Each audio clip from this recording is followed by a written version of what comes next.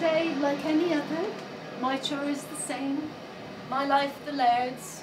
That was what life was like after the rising. How beautiful the sea was that day, the waves dancing as they lapped on the shore. Soon it would be time to go and cook the laird's supper, venison and the fruits of the land, and scraps for me.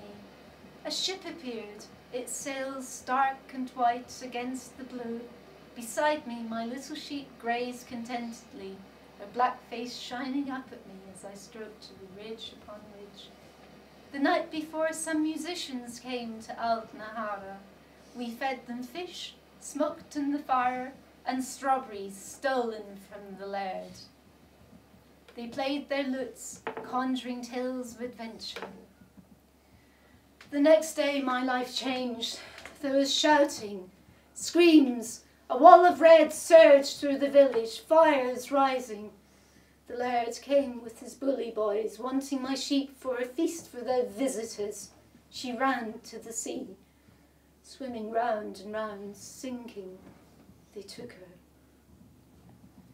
When they let me go, I watched the broad back of the laird, his sneering laugh. I knew what to do. The sailors are coming closer. It is a threat, an opportunity. Well, this isn't Bondi. No bronze beauties here. My husband John was an academic at Sydney University. We had a good life, no day ever the same. So when he died, the colour went from my life. At first I stayed indoors, closing out the sounds, the birds, the smell of the persimmon. Then, finally, I went out again.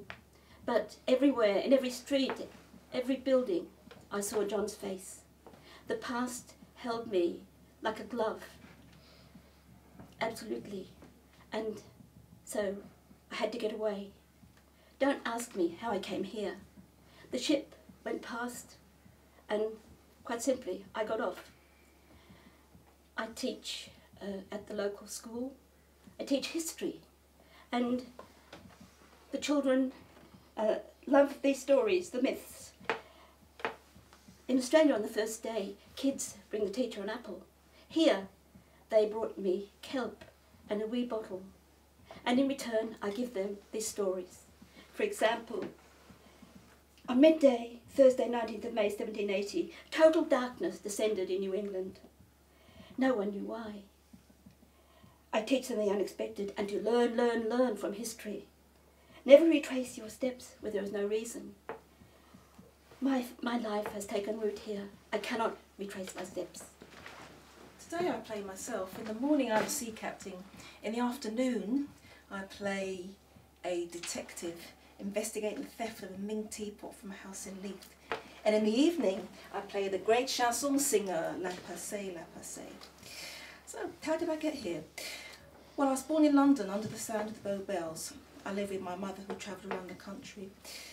We lived in boarding houses. We even shared rooms with strangers. But life wasn't so good. One day we were on our way to travel to Haggerty when unfortunately she fell ill and she died on the train as we reached Nahara. What's fascinating about this house is all its beautiful rooms. It's 6 rooms, too many to be in at one time. But what a fascinating place to be in a great theatre of Nahara, where we had 6 plays and 2 matinees. What place is this? It is my village. It is my village too. And mine. And look, there's a letter. Rona, I am the great-great-granddaughter of the captain you sailed with. You lost your country when you freed it from that tyrant.